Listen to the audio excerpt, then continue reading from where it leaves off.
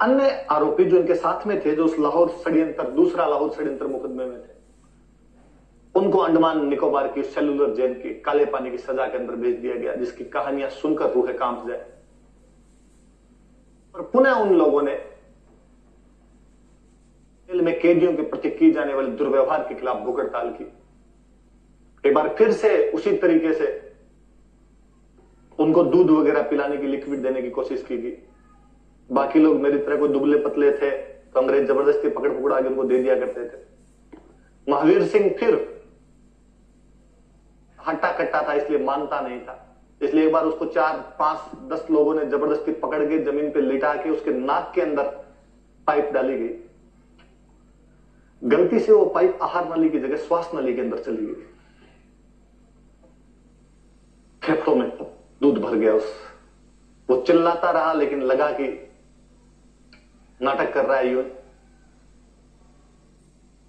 छोड़ के चले गए। फिर वो और चिल्लाया, हेल्प हेल्प चिल्लाया। अंग्रेज अधिकारी भाग कर आए। आसपास वाले क्रांतिकारियों ने शोर मचाया कि पहलवान चिल्ला रहा है, पहलवान चिल्ला रहा है। अंग्रेजों को बैरक में देखते ही पता चल गया कि मरने वाला है। उठाकर ले जाने लगे तो पास वाले बैरक से ग्यारसी लाल वापस चिल्लाए कि क्या हुआ है, हमें बताया तो जाए।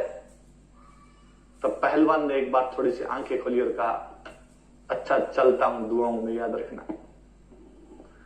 लाश भी वापस घर वालों को नहीं दी गई थी। अंडमान निकोबार के पास बंगाल की खाड़ी में उसकी लाश फेंक दी गई थी। उस भूख हड़ताल में 3 शहीद हुए थे, मोहित मोइत्रा, मोहन किशोर और महावीर सिंह, जिन तीनों के स्टैचू अंडमान निकोबार के सेलुलर जेल के बाहर लगाए गए हैं। विडंबना यह है कि देश के इतिहास में उन विक्रम विप्लवियों को कोई स्थान नहीं दिया गया। कितनी विडंबना है कि हम केवल भगत सिंह, राजगुरु और सुखदेव के नाम जानते हैं। उस मुकदमे में 8 लोग जो काले पानी की सजा काट कर आए थे, हम उसके बारे में कुछ भी नहीं जानते। हम यह भी नहीं जानते कि देश की आजादी के बाद बटुकेश्वर दत्त जब एक तहसीलदार से कोई पट्टा बनवाने के लिए गए थे, तो तहसीलदार ने यह कहकर बाहर निकाल दिया था कि स्वतंत्रता सेनानी होने का तमगा दिया जा चुका, अब क्या पूरे देश को नोचते फिरोगे। हम यह भी नहीं जानते कि वो बटुकेश्वर दत्त अपने अंतिम समय में दिल्ली के एक सरकारी अस्पताल के अंदर तड़प तड़प कर मरे थे, उनके पास जाने वाला कोई भी नेता नहीं था। हम यह भी नहीं जानते कि जब उससे पूछा गया उस बटुकेश्वर दत्त से कि तुम्हारी अंतिम इच्छा क्या है, तो उसने कहा कि मुझे भगत सिंह की मां से मिलवाया जाए। और जब भगत सिंह की मां आई तो उन्होंने कहा कि बेबे इन्होंने कहना कि मेरी लाश भी वहीं दफनाई जाए, या मेरी लाश भी वहीं जलाई जाए जहां पर भगत सिंह की लाश जलाई गई थी। ये विडंबना इस वजह से है कि history was written by victors. इतिहास विजेताओं के द्वारा लिखा जाता है। विजेता कांग्रेस थी, मैंने जितने नाम गिनाए इनमें से कोई भी कांग्रेसी नहीं था। क्रांतिकारियों के पन्ने यदि 2 पन्नों में समेट कर रख दिए जाते हैं, तब ये सोचने पर विवश होना पड़ता है कि वे लोग जो भले दूसरी धारा के रहे हो, लेकिन यदि देश को आजादी दिलाने में अपने खून का कतरा कतरा तक बहा दिया था, जिनके लिए भले आज हम कहते रहे कि शहीदों की चिताओं पर लगेंगे हर बरस मेले, वतन पर मिटने वालों का यही नामो निशान होगा। और केवल उनके 23 मार्च का दिन जब भी आता उसको शहीद दिवस के रूप में मनाकर या उनकी पुण्यतिथियां और जन्मतिथियां मनाकर अपने इतिश्री कर ले। पर इस सरकारों से सवाल पूछे जाने चाहिए कि जब तमाम तुम्हारी योजनाएं गांधी, नेहरू, दीनदयाल और श्यामा प्रसाद और गोलवलकर के नाम पर चलाई जाती है, तब देश की कितनी योजनाएं राम प्रसाद बिस्मिल, भगत सिंह, चंद्रशेखर आजाद के नाम पर चलाई जाती है। क्यों नहीं तुम्हारी नरेगाओं के नाम महात्मा गांधी नरेगा योजना की जगह चंद्रशेखर आजाद नरेगा योजना किया जाता है। क्यों नहीं तुम्हारी इंदिरा रसोई की जगह उसका नाम दुर्गा भाभी रसोई कर दिया जाता है।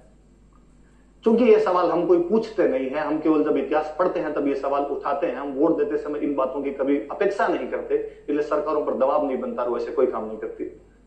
ये नहीं कहा जाना चाहिए कि गांधी जी वगैरह इनकी तुलना में कम हो जाते हैं। मैं हमेशा कहता हूं कि बापू प्रातस्मरणीय है, वो सम्माननीय थे, सम्माननीय है और सम्माननीय रहेंगे। पर दूसरी लकीर को छोटा करने की कोशिश क्यों की जाए। हम उन सेलुलर जेल वालों को क्यों नहीं जानते, हम उन आजीवन कारावास वालों को क्यों नहीं जानते। हम क्यों नहीं जानते कि उसके बाद यशपाल जो उनके साथ में थे वो गांव गांव के अंदर घूमते रहे थे और क्रांतिकारियों के परिवारों से मिलते रहे थे और उनकी जीवनियां बाद में लिख लिख कर छापते रहे थे। इस बारे में हमें कोई भी नॉलेज, कोई भी जानकारियां हमें नहीं है। एक अब फेसबुक से पेज हट गया, वो क्यों हट गया मैं नहीं जानता। पहले फेसबुक पर एक हिस्ट्री का पेज हुआ करता था, हिस्ट्री नाम से एक पेज था।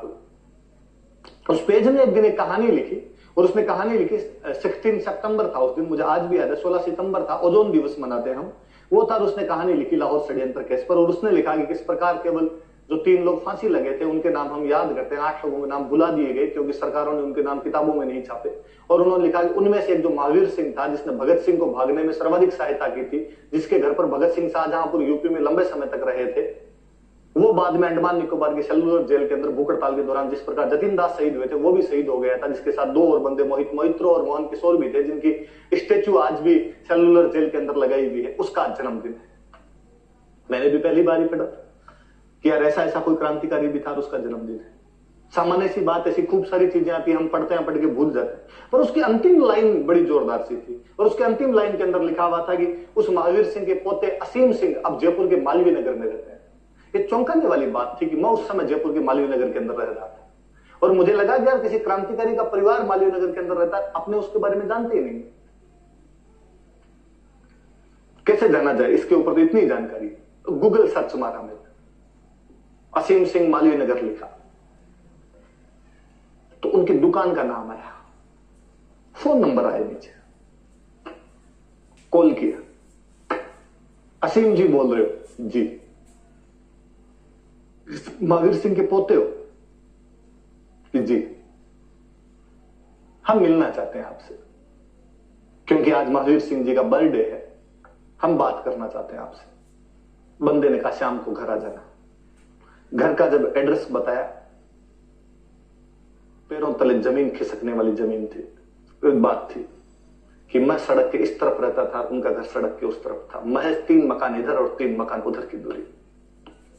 सैकड़ों बार वहां से गुजरे होंगे, पर किसको पता था कि इस घर में रहने वाला परिवार उस व्यक्ति का परिवार है जो देश की आजादी के लिए शहीद हुआ था, जो भगत सिंह के साथ का आदमी था, या उस लाहौर षड्यंत्र केस के अंदर रहा था। तो बाकियों को तो जान भी कैसे पाए।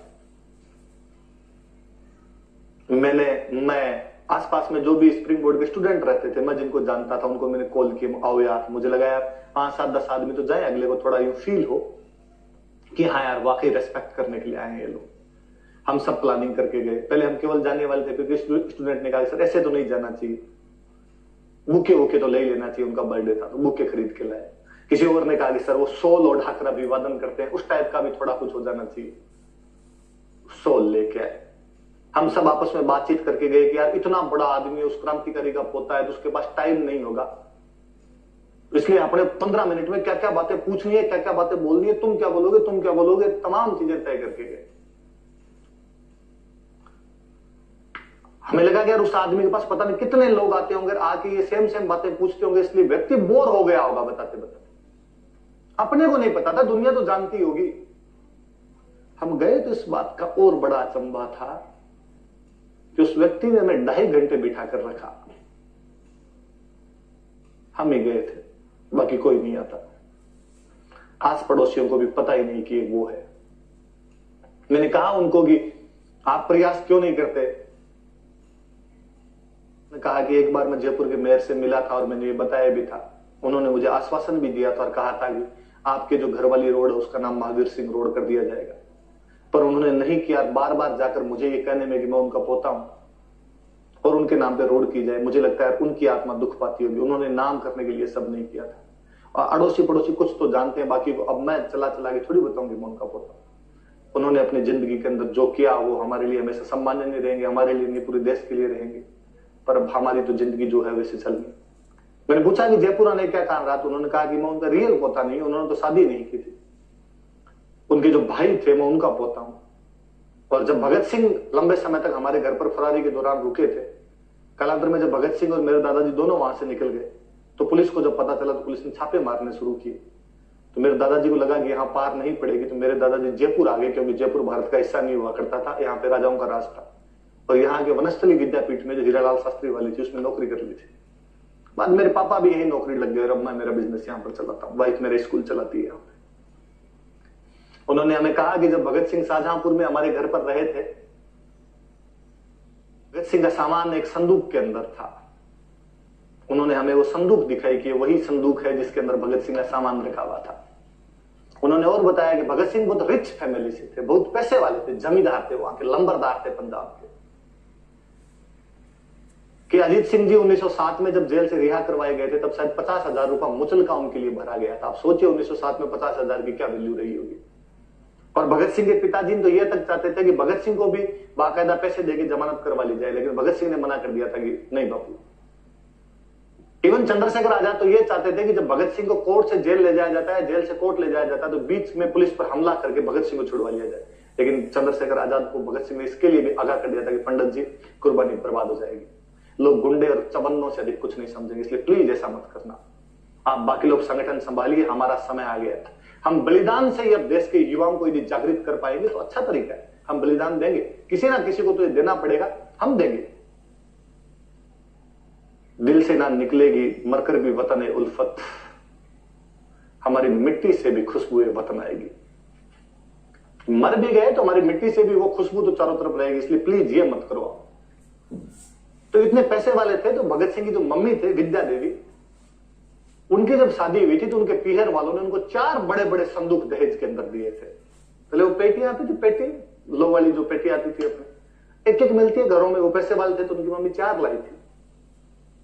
भगत सिंह जब पढ़ने के लिए गए एक उनको दे दिया गया। भगत सिंह जब फरार हुए तो उस एक संदूक में अपना सामान लेके निकले थे। उन्होंने कहा कि जब हमारे घर से वापस फरार हुए तो उन्होंने वो संदूक हमारे घर ही छोड़ दिया कि भाई इतना बड़ा संदूक लेके इधर उधर कौन भागता फिरेगा। जब देश आजाद हो गया, सरकार ने कहा कि म्यूजियम में रखने के लिए क्रांतिकारियों की चीजें चाहिए, तो क्रांतिकारी के जो भी घर वाले हैं वो चीजें हमें दे दे। तो हमने बाकी तमाम चीजें लौटा दी थी, लेकिन वो संदूक नहीं लौटाया था, हमारे पास पड़ा। हमें लगता है कि भगत सिंह हमारे घर पर रहे थे तो कुछ निशानी तो हमारे पास होनी चाहिए। हमने भी उस संदूक के हाथ लगाया, इस बात को महसूस किया कि कभी भगत सिंह ने संदूक को खोला होगा तो उनके हाथ लगे होंगे, तो अपने इस मामले में थोड़े से सौभाग्यशाली खुद को मान दिया। पर सोचना इस बात पर कि किस कदर हम हमारे इतिहास को इस तरीके से भुला देते हैं। भगत सिंह के संगठन कौन से थे? तो भगत सिंह के संगठन थे, एक तो नौजवान भारत सभा था, एक लाहौर छात्र संघ, भगत सिंह और सुखदेव ने मिलकर स्टूडेंट के बीच में बनाया था एक लाहौर छात्र संघ नाम करके संगठन हुआ। क्या